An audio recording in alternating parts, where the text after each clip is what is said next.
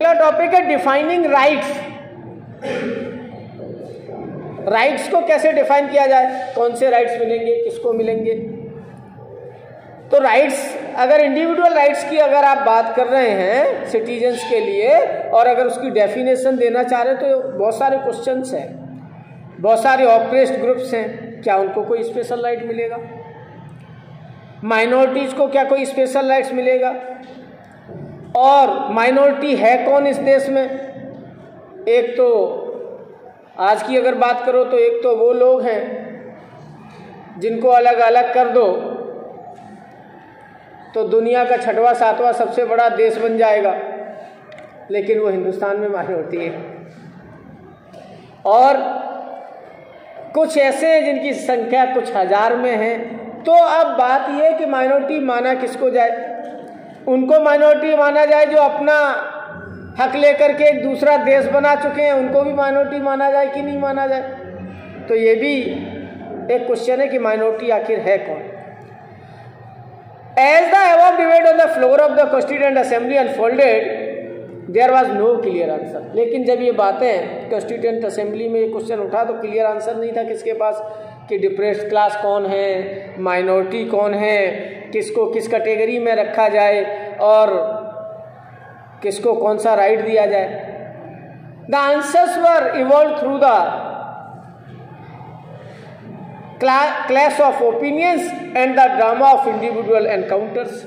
Answers के लिए clash होने लग गया, कोई कुछ कह रहा है, कोई कुछ कह रहा है ना। सबके अपने अपने ओपिनियन, अपनी अपनी ढपली, अपना अपना राज, सब अपने अपने तरीके से कह रहे थे ये माइनॉरिटी में आने चाहिए, ये शेड्यूल कास्ट में आने चाहिए, ये शेड्यूल टाइम में आने चाहिए, इनको ये राइट मिलना चाहिए। मतलब एक दूसरे से लड़ रहे थे सब इसको लेकर के। In this inaugural speech Nehru had invoked the will of the people and cleared that the makers of the constitution had to fulfill the passion that lie in the hearts of the masses।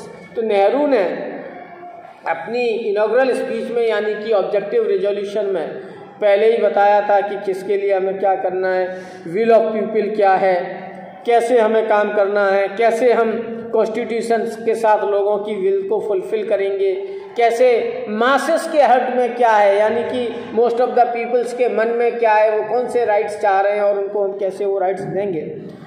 This was no easy task. ये कोई आसान काम नहीं था ये decide करना कि कौन माइनॉरिटी है, कौन दलित है, कौन डिप्रेस्ड है और फिर किसको क्या राइट मिलेगा। It was very hard task. With the anticipation of independence different groups express their will in different ways. तो अलग अलग ग्रुप अलग अलग वेज में अपनी विल को एक्सप्रेस कर रहे थे। भाई सब चाहते हैं कि हमको ज़्यादा राइट्स मिल जाए, हमको ज़्यादा सिक्योरिटी मिल जाए, हमको ज़्यादा श्योरिटी मिल जाए, लेकिन पॉसिबल नहीं है।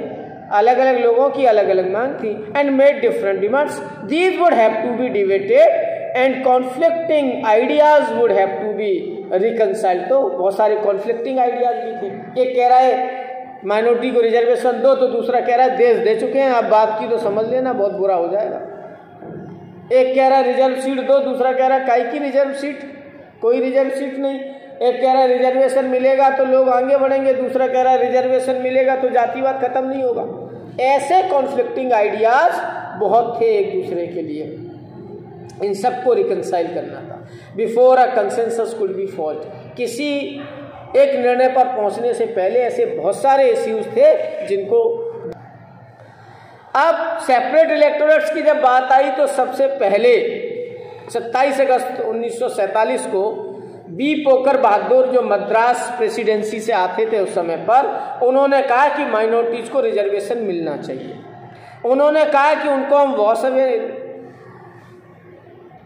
विसवे नहीं कर सकते और इरेज नहीं कर सकते उनको हम, उनके लिए कोई पॉलिटिकल फ्रेमवर्क तो हमें क्रिएट करना ही होगा। क्योंकि बहुत सारे लोग कह रहे थे कि माइनॉरिटी की वजह से तो देश बढ़ गया, अब भी माइनॉरिटी को रिजर्वेशन दिया जाएगा क्या।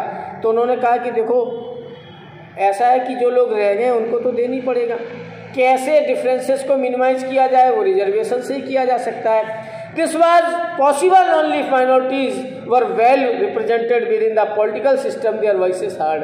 और यह तभी संभव है जब पॉलिटिकल सिस्टम में उनकी आवाज़ सुनी जाएगी, उनके साथ अच्छा व्यवहार किया जाएगा तब। और बी पोकर बहादुर का कहना था कि देखो सेपरेट इलेक्टोरेट मिलेगा तभी मुसलमानों को इस देश में उनका हक मिलेगा। The needs of Muslim Bahadur felt could not be properly understood by non-Muslims. Non-Muslims Muslims की डिमांड को अच्छे से नहीं समझ सकते हैं, ये उनका कहना था। मतलब अभी ये मिसगाइडेड थे, अभी इनकी इच्छा पूरी नहीं हुई है। Nor could a true representative of Muslim be chosen by people who did not belong to that community. और जो मुस्लिम नहीं है वो मुसलमानों का अच्छा रिप्रेजेंटेटिव कैसे चुन सकते हैं? मतलब बी पोकर बहादुर चाह रहे थे कि अभी भी कुछ सीट रिजर्व कर दी जाए जिसमें सिर्फ मुस्लिम चुनाव लड़े और सिर्फ मुस्लिम वोट डालें, ये उनकी मांग थी। अब जब ये बात आई सेपरेट इलेक्टोरेट की तो जितने भी नेशनलिस्ट थे कॉन्स्टिट्यूएंट असेंबली में सबका पारा चढ़ गया। बोले मूर्ख को क्या, ये अंग्रेज जो है हम लोगों को आपस में लड़ा रहे हैं, डिवाइडेड रूल की पॉलिसी अपना रहे हैं, ये माइनॉरिटीज को रिजर्वेशन अब इस देश में नहीं मिलेगा। सारे नेशनलिस्ट नाराज हो गए, बोले सेपरेट इलेक्टोरेट अभी तो एक बार ही देश बटा, फिर दोबारा और बढ़ जाएगा, इसलिए सेपरेट इलेक्टोरेट की बात मत करिए। अब ब्रिटिश हमको डिवाइड करने की कोशिश कर रहे हैं, वो गेम खेल रहे हैं कवर के अंदर से सेफगार्ड होकर के। और आरबी धुलेकर ने बहादुर से कहा कि ये लुल्ल बनाने वाला मामला है, तुम्हें बेवकूफ़ बनाया जा रहा है, ये रिजर्वेशन के नाम पर, माइनॉरिटीज़ के नाम पर अंग्रेज बेवकूफ़ बना करके हमको आपस में लड़ा रहे हैं, मिसगाइड कर रहे हैं। अब ये नहीं होगा, दोबारा रिजर्वेशन वाली बात न करना। बोले अब अगर रिजर्वेशन मिल गया तो क्या होगा? कंटिन्यू अभी भी सिविल वॉर चल रहा है, अभी भी देश के अंदर मारकाट चल रही है, बंटवारे के बावजूद भी रिजर्वेशन दे दिया तो और हालत खराब हो जाएगी। सरदार पटेल ने कहा कि सेपरेट इलेक्टोरेट जो है ना वो तो पॉइजन है, जहर है, जो हमारे देश की पॉलिटिक्स में घुस गया है, जहर फैल गया है। It was a demand that had turn one community against another. ये वो डिमांड है जिसने एक कम्युनिटी को दूसरे के खिलाफ खड़ा कर दिया है, एक दूसरे का विरोध कर रहे हैं। डिवाइडेड द नेशन, इसने देश बांट दिया। कॉज्ड ब्लड शेड, इसकी वजह से खूब इतना खून खराबा हुआ, रक्त बहा। And led to the tragic partition of the country, और देश का बंटवारा भी हुआ। फिर भी अभी तुम्हें रिजर्वेशन चाहिए माइनॉरिटीज के लिए, अभी कुछ बाकी रह गया क्या? इतना सिविल वार हुआ, इतना कत्लेआम मचा, देश बट गया, अभी भी लोग मारे जा रहे हैं, फिर भी बांटने की मानसिकता नहीं गई क्या दिमाग से? Do you want piece in this land? तुम्हें इस देश में शांति चाहिए कि नहीं चाहिए? डू अवे विद इट, छोड़ो ये सब, सेपरेट इलेक्टोरेट्स की बात मत करो। सरदार पटेल ने कहा, बोले बात भी मत कर देना सेपरेट इलेक्टोरेट्स की, अब नहीं होगा ये देश में दोबारा ये सेपरेट इलेक्टोरेट्स नहीं होगा। Counting the demand for separate electorate, Sardar Patel ने सेपरेट इलेक्टोरेट की डिमांड को खारिज किया। गोविंद वल्लभ पंत ने भी खारिज किया। उन्होंने कहा कि it was not only harmful for the nation but also for the minorities. बोले ये देश के लिए खतरनाक तो है ही, माइनॉरिटीज के लिए खतरनाक है। रिजर्वेशन तो बैसाखी है, इसके सहारे आप चलोगे तो विकलांग हो जाओगे, फिर पैरों का यूज नहीं करोगे ना। आपको जैसे मैं अभी बात कर रहा था कि कैलकुलेटर, मोबाइल, ये क्या है? ये दिमाग को विकलांग बनाने की चीज़ें हैं, दिमाग का यूज ही नहीं करोगे आप। ऐसे ही ये रिजर्वेशन जो है ना, ये भी बैसाखी है, माइनॉरिटीज को इससे कोई खुशी नहीं मिलेगी। He agreed with Bahadur that the success of a democracy was to be judged by the confidence it generated amongst different sections of people। ये बात सही है। उन्होंने कहा कि बहादुर एक बात तो सही कह रहे हैं कि कॉन्फिडेंस होना चाहिए लोगों में, लेकिन ये खुद से जनरेट होगा ना कॉन्फिडेंस।